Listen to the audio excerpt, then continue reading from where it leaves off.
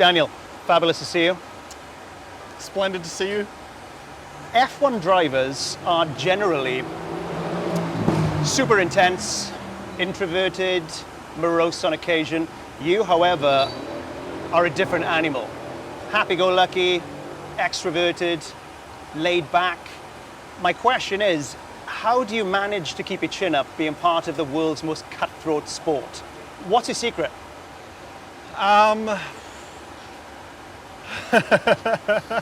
Laughing. Keep laughing, keep smiling. I guess part of it's probably just the way I was brought up, but I don't know, I think it's the way I always see it as well as it's, as a kid, I dreamed of this. I dreamed to be a Formula One driver. So now that I'm actually able to live my dream job, I feel like it's, even if I have a bad day, all I need to tell myself is that, and it kind of makes it all easier. If I'm not happy now, then I'll never be happy, and it's fun. I think people also make it more serious than it needs to be. In the car, I take it very seriously, but outside, we're all here having a good time. We're like a traveling circus, so we're all competitors, but we've all got a common interest. A lot of what you just mentioned is why people love you so much, because you seem like a people person. So how do you manage this extraordinary work, friends, family, with such an unusual life? Because it's pretty unrelatable to us norms. So, how do you find people who get you and this craziness? I think, it's important, to definitely, you're going to meet people along the way who, know you and like you just because of you're the F1 driver or that. But fortunately, I've still kept and still have, a lot of my friends I went to school with, grew up with. So that kind of core is important, and they'll also, you need people to kind of push back or tell you no sometimes. If you're out of line or if you're being a prima donna or something, then you need people to say, mate, just step back a little bit. Yeah. So, I've still got my friends who help me with that, and I think, I've met some cool people along the way, and I think you just got to recognize that, if people like you for you as opposed to you as the object, Yeah. How does an Aussie boy from Perth cope with living in Monaco? Because I feel like Monaco is the opposite of who you are. A little bit. How do you manage? Again, perspective. I know right now that's the best place for me, and it's the best place because, logistically it means, less travel.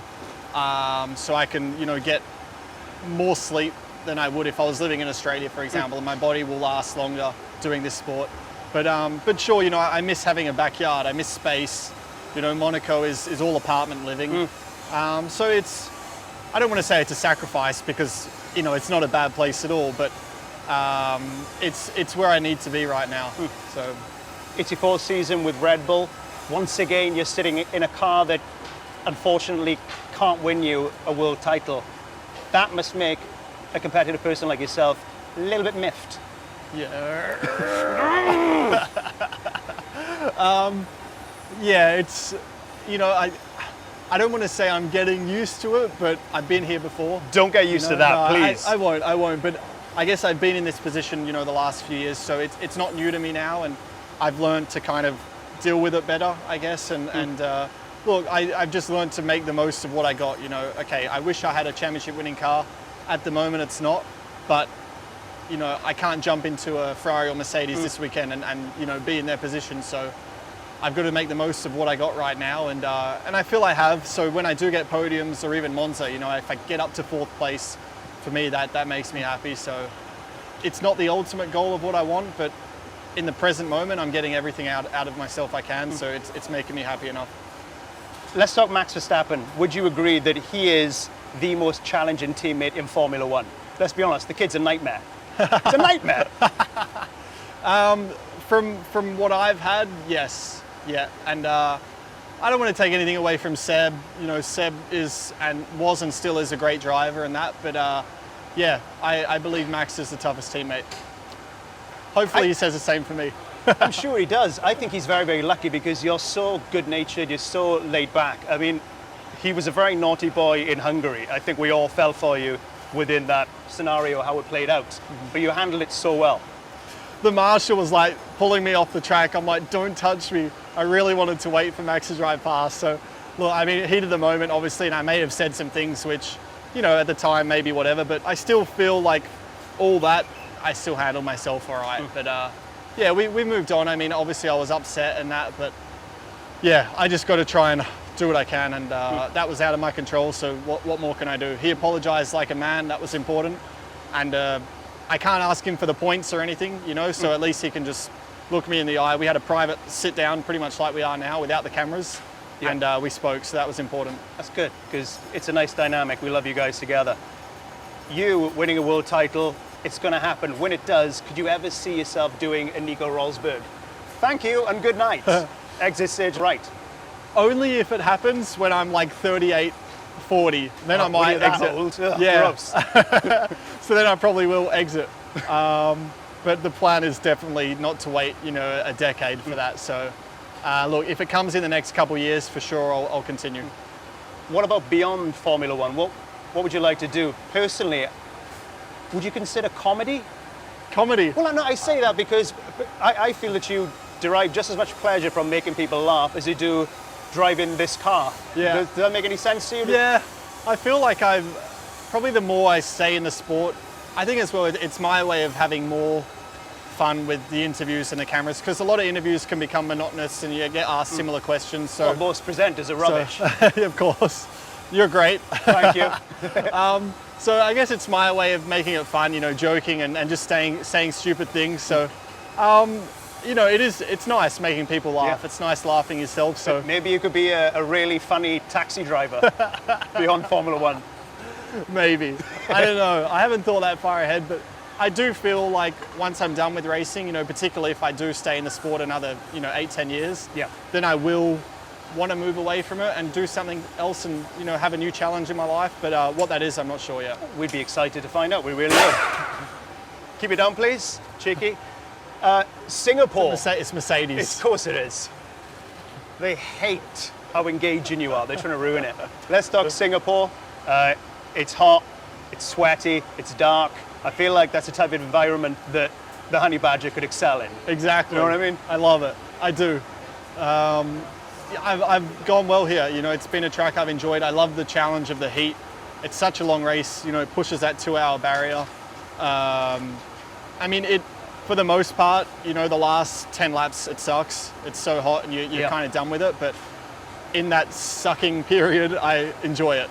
Enjoys the sucking period. Doesn't sound right, does it? And finally, if I can get one more minute. Sure. I was reading an interview with Sergio Perez the other day, and some of the answers that Sergio gave were fantastic. And as I was reading it, I thought, do you know who'd enjoy this? Daniel Ricciardo. Okay. So I'm going to ask you a question, give me an answer, and then I'll tell you Sergio's answer. All right. 1 minute, that's all I need. First off, what are you afraid of? Sharks and snakes. Sensible. Sergio answered, I have discovered recently that I suffer from trypophobia. It's a fear of patterns of holes. What? I know, strong start, isn't it? By the way, Wow. there was no follow-up to that. The interview was like, okay, next question. What's your worst buy? Worst? Worst buy. What's the worst thing you've ever bought? Oh, worst buy. I spent about $250 on a t-shirt once, and I wore it once. It's pricey. But the t-shirt was terrible. It was a real low cut, like V-neck. Oh, no, I would never ever wear it again. Don't go too low. I say that's a sensible bad buy. Sergio's was, I bought an electronic helicopter for my dog. This isn't Perez. This is! Word for word, verbatim. I don't mind the guy. I really like him now. No, he's fantastic. When you read into this. Okay, next one. I feel I should get more creative. Should I lie? I'm gonna lie. What should everyone try once in their lifetime?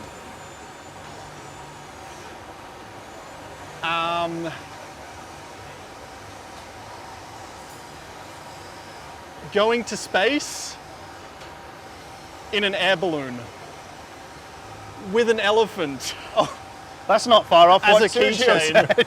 said. He said a cheap pleasure, bungee jumping. Okay. And finally, this is it. The last one. You can invite 3 people to dinner, living or dead. Who do you choose?